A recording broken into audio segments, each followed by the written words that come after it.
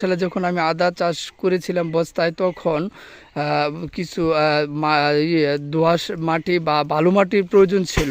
তাই এই প্লটটা আমার, এই ক্ষেতটা আপনার বালু মাটিতে কিছু বরট করা ছিল এই সাইডটা। তাই আমি বালু মাটিগুলা নিয়ে গেছি। নিয়ে যাওয়ার পরে এখানে নিচু হয়ে গেছে তো মাটিটা অবশ্যই বরট করতে হবে।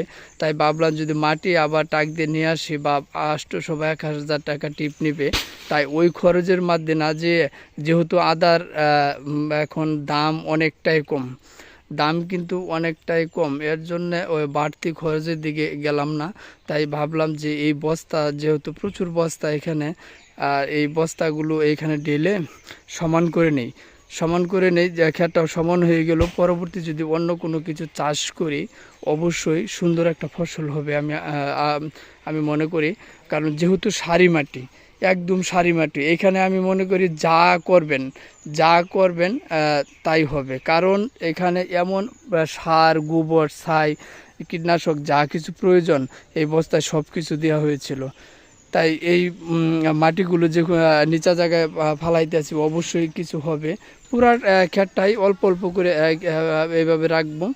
আর বস্তা, কিছু বস্তা ছিঁড়ে গেছে, ওই দেখে কিছু বস্তা ছিঁড়ে গেছে, এক জায়গায় রেখেছি। অনেকগুলো বস্তায় ছিঁড়ে গেছে। এই বস্তাগুলো যেগুলো ছিঁড়ে গেছে, পরবর্তী যদি আমি বস্তা আদা চাষ করি 2025 সালে, তাহলে বস্তা যে আমি রাখবো সেই নিচে আমি ছেঁড়া বস্তাগুলো রাখতে পারবো। আর যেগুলো ভালো সেগুলো আবারই মাটি ভরাট করে আদা রোপণ করতে পারবো।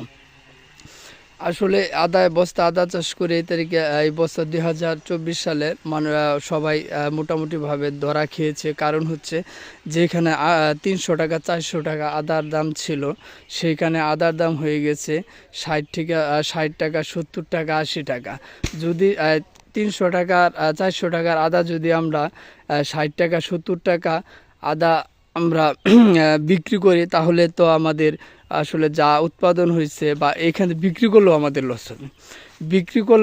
লস হবে। কারণ হচ্ছে ফলন বেশি হোক সমস্যা নেই, তারপরে লস হবে। কারণ হচ্ছে 60 টাকা 70 টাকা, তাহলে দেখেন কয় গুণ আদার দামটা কমছে, অনেক, কিন্তু আদার দামটা কমে গেছে। আসলে করার কিছু নাই, কপালে যাহা আছে তাই হবে। তারপরেও আমি হাল ছাড়বো না। অল্প হলেও আমি সামনে 2025 সালে বস্তা আদা চাষ করব। কে কি বললো সেটা আমার দেখার বিষয় না। যেহেতু আমি এই কাজটা শুরু করেছি, অবশ্যই সফলতার আশায় আমি আবার চেষ্টা করব। আবার বলতে কি বারবার করার চেষ্টা করব, অল্প অল্প করে করার চেষ্টা করব। আর এই বছর যে 2025 সালে আমি বস্তা আদা চাষ করব, সিস্টেমটা থাকবে পুরাটাই